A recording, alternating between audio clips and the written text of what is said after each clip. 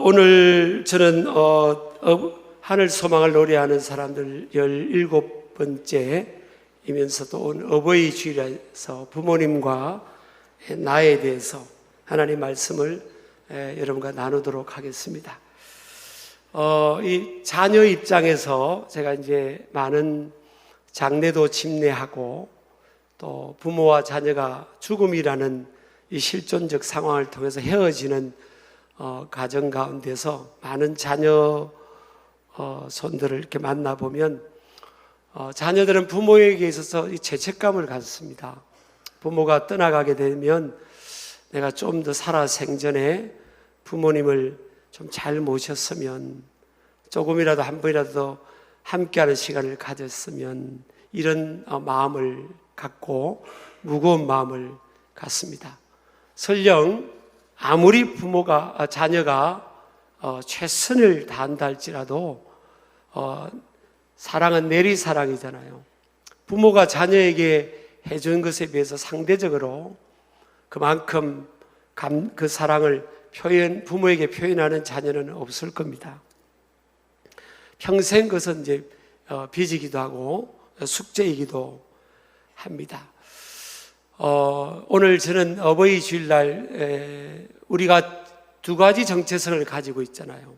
일반적으로 대부분의 사람들은 어떤 부모님에게 있어서 자녀의 신분의 정체성을 갖고 있고요.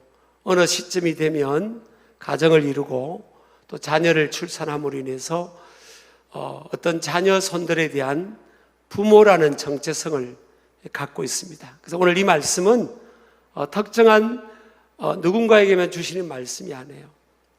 물론 좀 연로하셔서 부모님이 두 분이 다 우리 곁을 떠났다 할지라도 또 우리 인생을 돌아보는 차원에서 우리 모두에게 쌍방으로 주어지는 말씀이기 때문에 하나님의 말씀을 잘 선용하면 좋겠어요. 우리가 인간은 일반적으로 이기적이잖아요. 자기 중심적이에요. 사실은 은혜가 임하고 마음이 새로워져야만 인간은 타인 중심적이 되고 하나님 중심적이 되는 거예요. 그러니까 우리 하나님의 말씀을 편식하면 안 된다는 거죠. 성숙한 사람은 뭐예요? 벌써 내 몸에 좋다는 음식이나 쓴 약 같은 경우라도 몸에 좋다면 다 집어넣었잖아요. 근데 제가 이제 많은 지금까지 목회해 오면서 교인들을 만나보는데 어떤 권사님 한 분이 계셨어요. 네, 저한테 그러더라고요. 우리 부부에게, 목사님, 저는 우리 남편이 막 미워 죽겠어요, 그런 거예요. 그래서 왜 그러시냐고, 제가 볼 때 괜찮은 남편 같은데요 그랬더니 몸에 좋은 것이라면요 입에 다 집어넣는다는 거예요. 심지어는 권사님 것도 집어넣어 버린대요. 여보 그거 어디 갔어? 이렇게 찾으면 이미 먹어버렸다는 거예요. 우리가 이제 자라면서 몸에 좋은 거라면 쓴 것도 우리가 마시잖아요. 그러니까 신앙적으로도 성숙한 신앙인은 편식을 안 합니다. 내가 듣고 싶은 말씀만 듣는 게 아니고요, 읽고 싶은 구절만 읽는 게 아니에요. 모든 말씀이 하나님의 말씀이고 생명의 말씀이잖아요. 그러니까 내게 부딪히는 말씀이 사실은 더 유익한 거죠. 단단한 음식, 또 딱딱한 음식, 질긴 음식이라도 잘게 오래 씹어서 더 영양가가 공급이 되는 음식들이 많잖아요. 그래서 하나님 말씀도 이용하면 안 되는 거죠. 예를 들어서 부모에 대한 이런 부모를 향한 자식을 향한, 부모에게 대한 자식을 향한 메시지는 부모가 이용하면 안 돼요. 이걸 들으면서 그래 봐야 이제 우리 자녀들은 나한테 공경도 안 하고 말이야, 내가 뭘 말하면 순종도 안 하고 이 말씀을 자녀가 들어야 되는데 그렇게 하면 안 되는 거죠. 하나님 우리 각자에게 우리가 두 가지 이 정체성이 있으니까 나에게 주시는 말씀으로만, 내게 해당되는 말씀으로만 꼭 받기를 축복합니다. 일반적으로 사람들이 기독교에 대해서, 기독교인에 대해서, 성경에 대해서 오해하는 부분은 기독교는 부모 공경에 있어서 좀 소홀하지 않냐. 그 이유를 물어보면 딱 하나예요. 유교식 재래 제사 의식에 있어서 돌아가신 부모님 제사를 지낼 때 그 앞에 이제 방을 쓰잖아요. 뭐 이렇게 그걸 이제 종이를 이제 세워놓고 방을 쓰고, 그럼 그 앞에 절을 하지 않는다는 단지 그 하나의 이유로 기독교는 부모 공경에 소홀하지 않냐. 또 가문 안에서도 형제들 가운데서 믿음이 있는 사람과 그렇지 않은 사람에 있어서 믿음이 없는 사람들이 교회 다니는 믿음이 있는 형제들을 향해서 왜 부모 공경을 하지 않냐, 그렇게 오해하는 분도 있으세요. 그런데 기독교는, 이 성경은 돌아가신 분에 대해서는 절을 하는 것은 금지되어 있어요.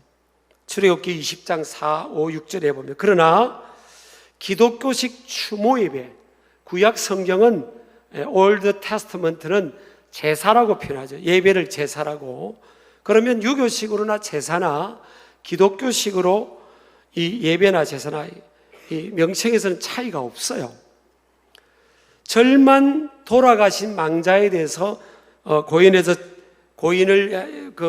세워놓은 그 방에 대해서 그 앞에 절만 하지 않을 뿐이지, 모든 공경과 추모의 마음을 담아 예배하고 고인의 삶과 남긴 정신적 유산을 기리면서 깊이 있는 의미의 시간을 우리는 갖습니다. 여러분, 이게 오해하시면 안 돼요. 기독교가요, 제가 찾아보니까 성경이 말씀에 부모에 대한 강조를 한 내용이 75분이 나와요. 그리고 부모 공경을 직접적으로 강조한 것은요, 신뢰와 함께 15분입니다. 제가 다 찾아봤어요. 뭐 불만이 있으세요? 그럼 의외로 성경이 부모 공경, 부모에 대한 효에 대해서 너무나 많은 강조를 하고 있는 거예요.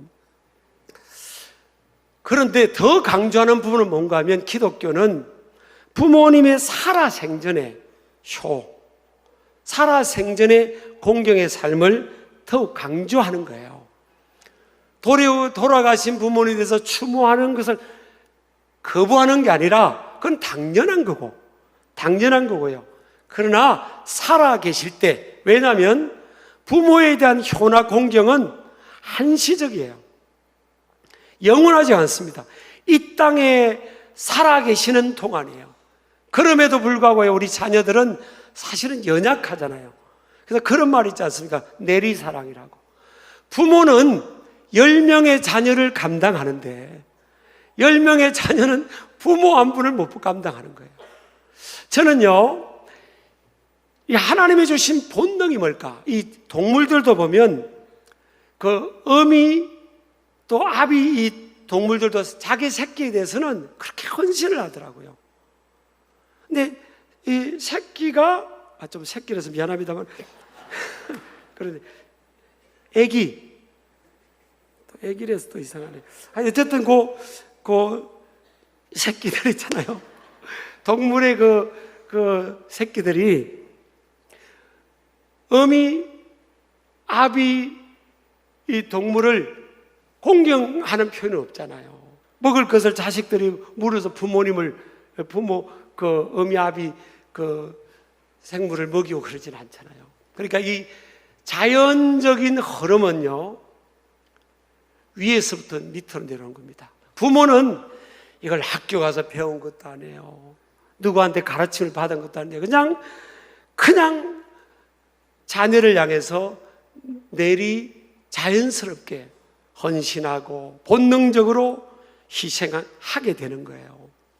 그래서 우리가 부모 입장에서도 이해를 해야 되고, 또 자녀 입장에서 이해를 해야 되는 게, 자녀가 부모를 향하는 것은 결코 자연스럽지가 않습니다.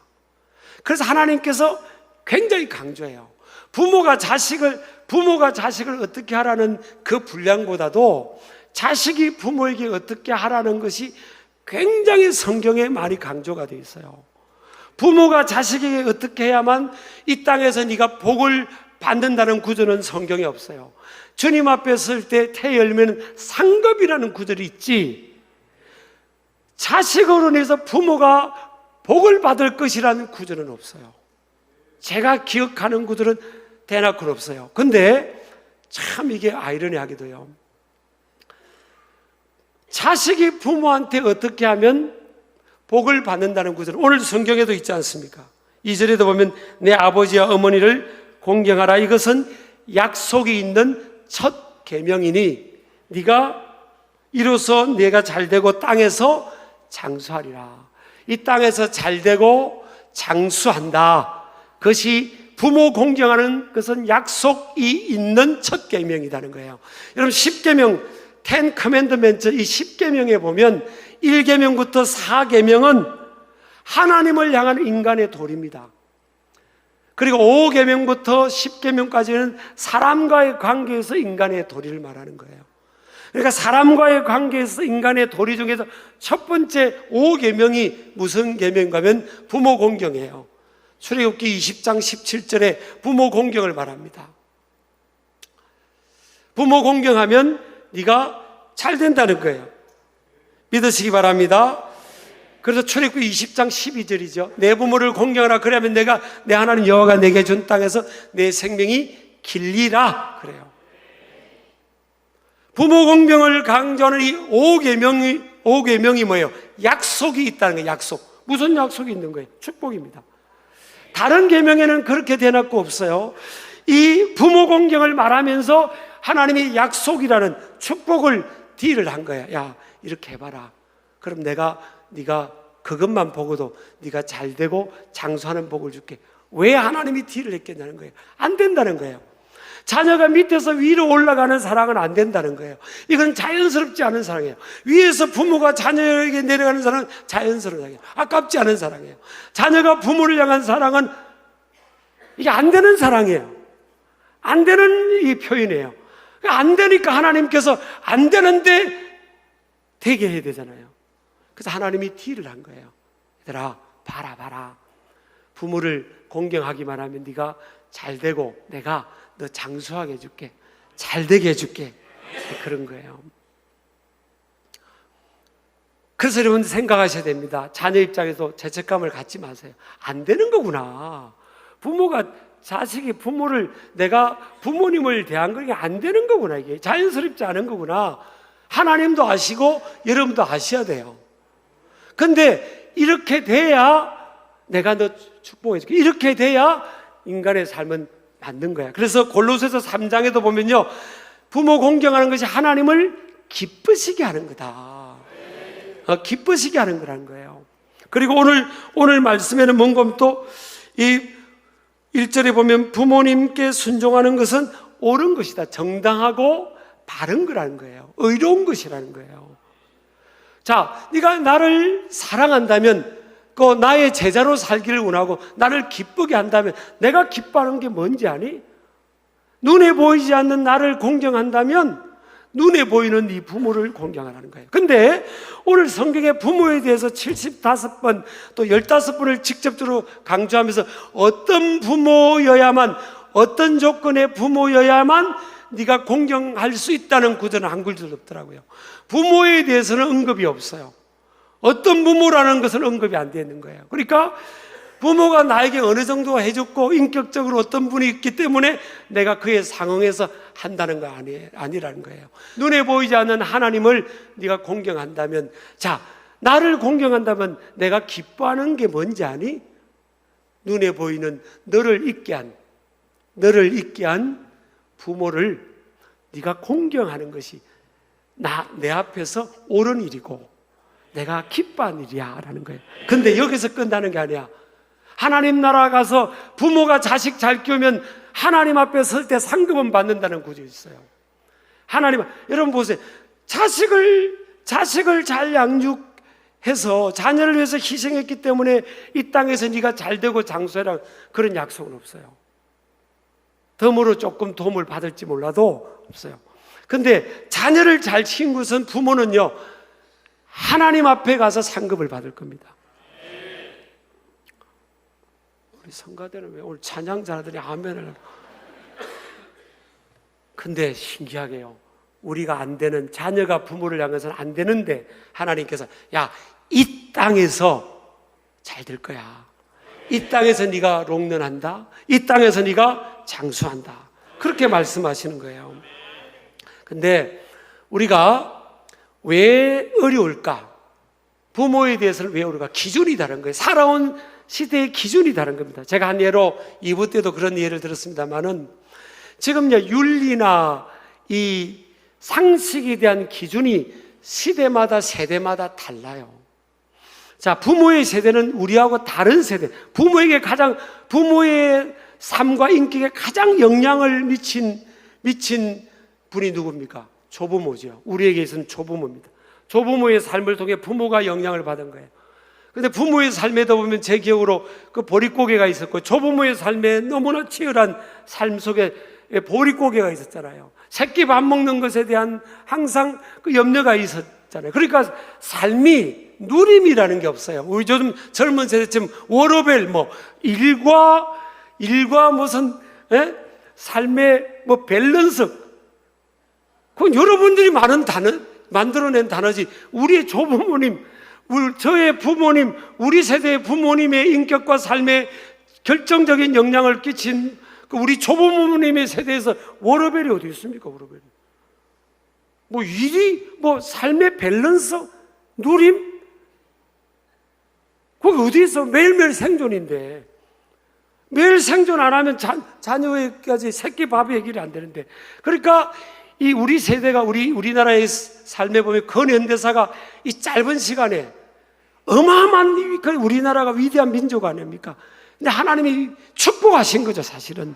이 짧은 시간에 다른 유럽 같은 경우는 2000년, 1500년, 2000년 동안 이루는 이 민주주의라든지 인권이라든지 이 문화와 경제의 어떤 이런 성숙함이라든지 이런 것들 우리는 지금 몇십 년 만에 막 이루어내는 상황이잖아요.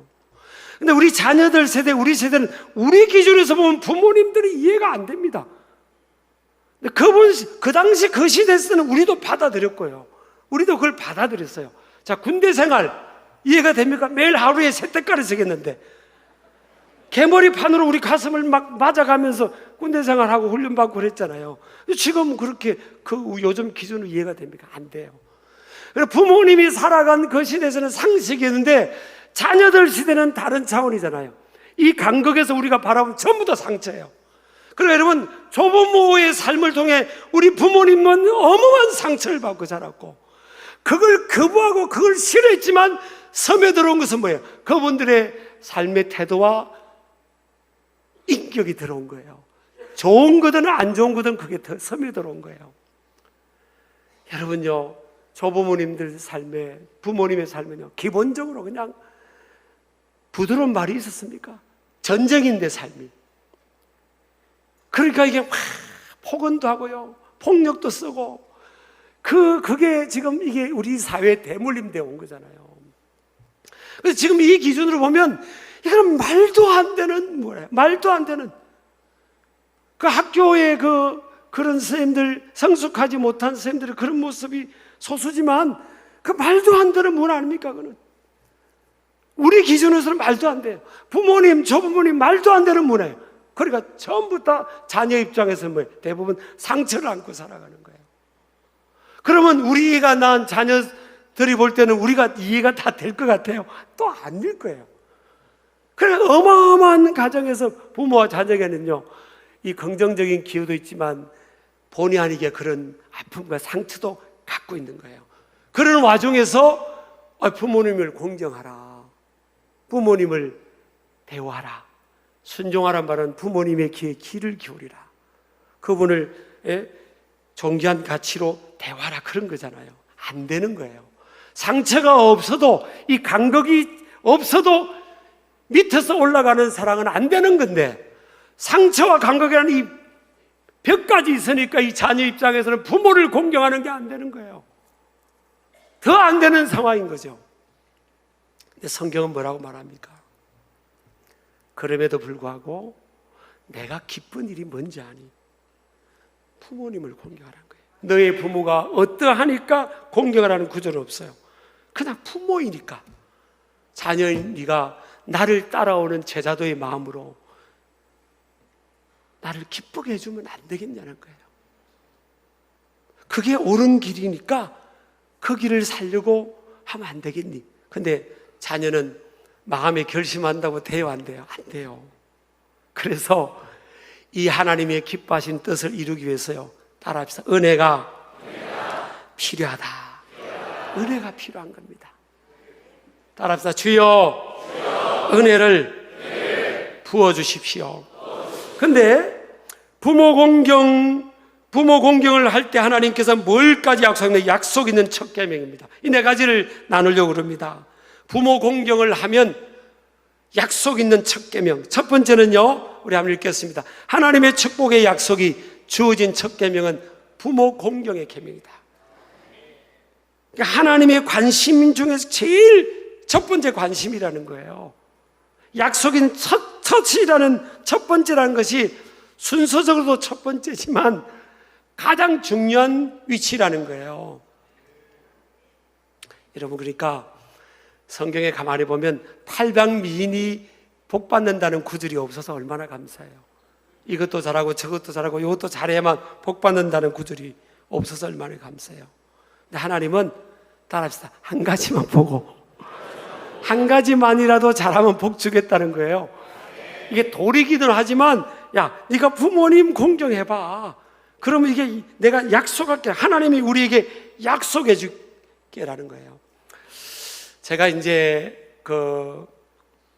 예수님을 믿고 제가 변화되고 나서 할아버지 할머니 말씀에 노라고 한 적이 한 번도 없어요. 물론 제가 노라고 한 적이 있어요. 그래서 제가 목회자 길을 간다고 하니까 할아버지 할머님이 왜 그 길을 가니? 어려운 길을. 그냥 직장 생활하고 신앙 생활하면서 그거는 노했어요. 근데 성경 구절 보니까 주 안에서 순종하라고 했으니까 그건 제가 노했지만 그 외에는 그냥 다 순종을 했어요. 결혼하고 보니까 내가 사랑하는 아내를 잘 키워준 법적인 부모님 있잖아요. 장인 장모님. 부모님이 아니에요. 목회자로 바쁘긴 하지만 제가 이제 우스개로 그런 말도 합니다. 제가 이제 전임 목회자일 때 장인 장모님을 옆에서 모셨는데 한 20년 같이 모시다가 제가 이제 신길교로 왔잖아요. 10년 전에요. 제가 우스개로 그런 말을 했어요. 내가 눈 감고 서울에 있는 어느 병원은 눈 감고도 운전해 오겠다고. 그 바쁜 적에도 하도 부모님을 제가 모시고 병원을 왔다 갔다 했어요. 뒷조사 해보세요. 제가 그런 생각을 합니다. 왜 저는 목회자니까 목회자에게 있어서 복은 목회 현장이잖아요. 목회가 평안한 게 복 아닙니까 사실. 왜 하나님이 저를 이렇게 축복하실까? 저 딱 한 가지만 골라라면 부모 공경이에요. 이거는 뭐 제가 우월의식 이게 아니에요. 우리 장인 장모님에게 한번 여쭤보세요.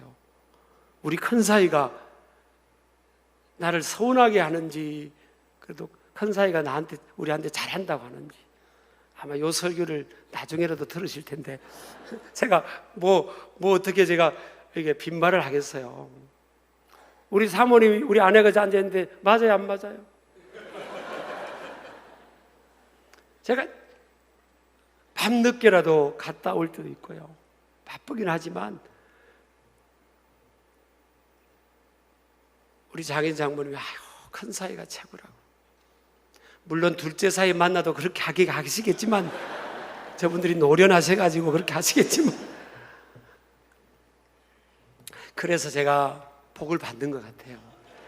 하나님에게 목회를 되게 하시고 저는 그렇게 생각합니다. 성경 말씀이 그대로 그렇게 돼 있잖아요. 두 번째는 부모 공경은 나의 삶을 잘되게 하는 지름길입니다. 여러분요, 누가 저를 포함해서 안 잘되고 싶은 사람 어디 있어요? 솔직해지자고요. 근데 이게 쉬운 거냐고요. 인생이 여러분 내 노력만 가지고 내가 원하는 열망만 가지고 잘 된다면 누구든 그렇게 될 수 있죠. 그런데 우리가 살아가면서 그게 아니라는 것을 알잖아요. 인생이 내 뜻대로만 내 노력만 가지고만 되는 게 아니라는 걸 우리가 인정할 수밖에 없잖아요. 이게 인간의 연약함이고 한계잖아요. 그럼 뭐예요? 플러스 알파가 있어야 되는 거예요. 이 알파가 뭐예요? 하나님의 도우심이에요. 하나님의 블레싱, 축복이래요. 축복. 여러분 아멘 하시기 바랍니다. 인생은 결국 하나님이 도와주셔야 되는 거예요. 그런데 하나님께서 말씀하시잖아요. 부모 공경해봐라. 내가 잘되게 해줄게, 잘되게 해줄게. 네가 잘 될 거야.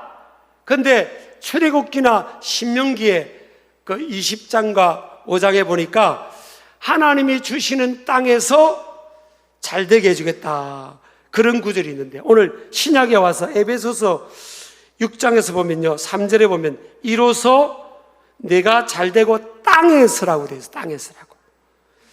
출애굽기 20장 12절 거기서는 보면 여호와가 내게 준 땅에서, 이것은 가나안 땅을 말하죠. 지금 이스라엘 백성들이 사는 가나안 땅, 내 하나님 여호와가 내게 준 땅에서 내 생명이 길리라 그랬죠. 근데 오늘 이 말씀을 근거로 해서 사도 바울을 통해 하나님 우리에게 주신 메시지는 뭐예요? 네가 땅에 잘되고, 땅이라는 이 단어가 제한이 없는 거예요. 가나안 땅만을 말하는 게 아니에요. 이건요, 하나님의 축복과 부모 공경이 연결되면서 초월성을 말합니다. I'll set you on the highest place of the world 그랬습니다.